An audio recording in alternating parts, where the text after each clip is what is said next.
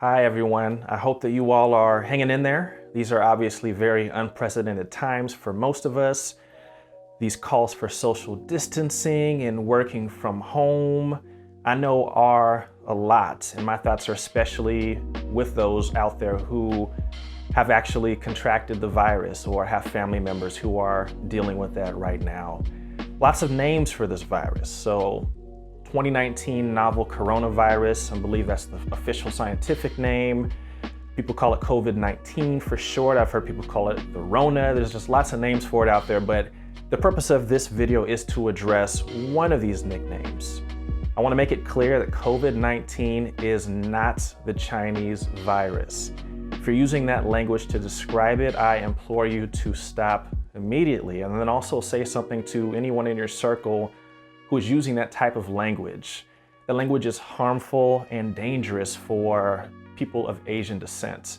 And it actually is very reminiscent of a story, a case from the 80s involving a man named Vincent Chin that I want to spend just a minute describing and talking about. And so in 1982, Japan's auto industry was really starting to boom. It was very successful. And a lot of the US automakers were having a hard time, and there were layoffs happening, and it was just a big thing in the stories, in the news stories of that time. And a lot of the news stories had very similar types of language to what we're seeing today, where they were blaming the Japanese people as a whole for the loss of jobs happening in the United States. You'd see these things in the news, in the newspapers, and the media, so on and so forth.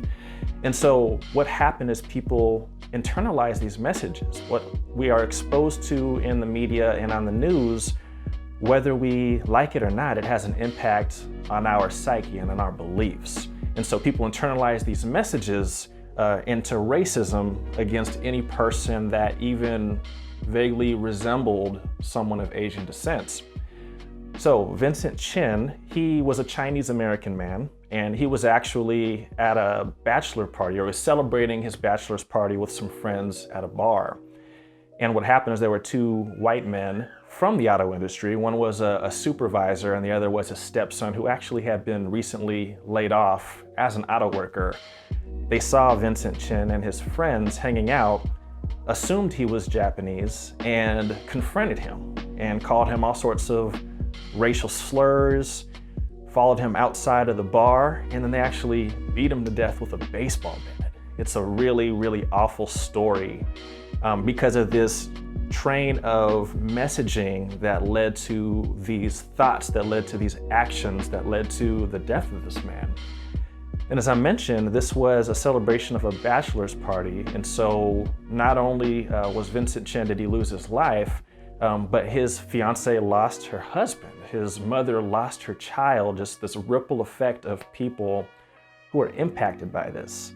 And unfortunately, the story gets worse. It took a lot of protesting for this case to even be viewed as a civil rights case. And at the end of all of the trials that happened, neither of the men were convicted.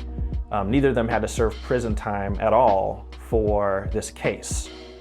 And so we have to learn from this history.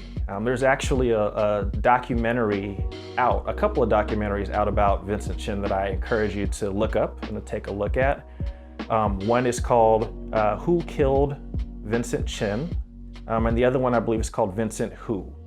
And so I do encourage you to take a look at those because they are very informative and will be just really helpful to be able to view the comparisons with what we're seeing today as people are talking about the coronavirus.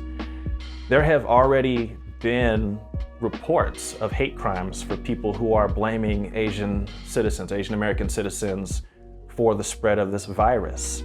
I was reading an article earlier today that said as of, this was 2 weeks ago, there'd already been over 300 civil rights or hate crime reports from Asian American people who have been assaulted or confronted or attacked because of this language, with violence, with being yelled at and insulted and threatened There's a story of a woman who was spat upon and had to run into a local business to even feel like she would be safe.